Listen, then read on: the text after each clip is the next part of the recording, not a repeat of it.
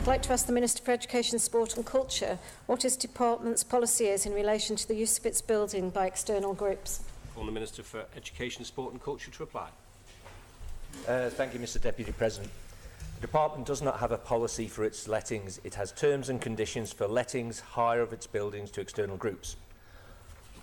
As all our buildings are publicly owned, we do not discriminate against any group wanting to use our premises.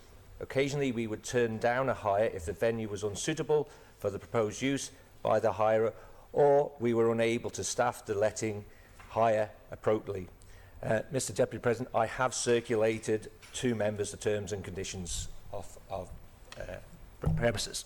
Supplementary question, Ms Edge.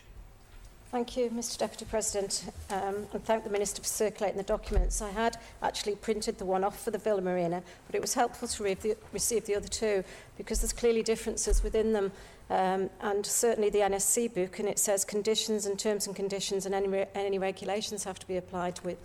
Yeah, it doesn't on some of the other documentation. So I'd ask the Minister if he can make sure that there is a policy in place to make sure that the hiring of the premises is all kosher with current regulations.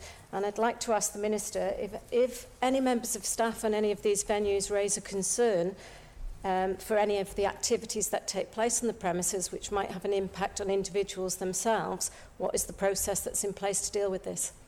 On the Minister to reply. Thank you, Mr Deputy President. If any members of staff do have any concerns regarding the bookings, whether it be a comedian or any other group that goes in there that they feel uncomfortable with, they can talk to their line manager, and other staff will be appointed to take that position. Supplementary question, Mr Morehouse. Thank you, Mr Deputy Speaker. Would the Minister consider offering any discounted bookings in the new term to encourage new providers? Minister to reply. Sorry, Mr Deputy President, that's outside the remit of the question. Call on supplementary question, Ms Bettison. Thank you. Are there any activities that would be unacceptable within the use of the booking, such as gate conversion therapy or other similarly unacceptable activities in public premises? Call on the Minister to reply. Thank you, Mr Deputy President. As set out, these are our terms and conditions that have been set from Department for Enterprise that have previously had the property. If the Honourable Member would like to discuss the individual matters, we had we'd heard that been concerns raised regarding the Living Hope that had a conference on there.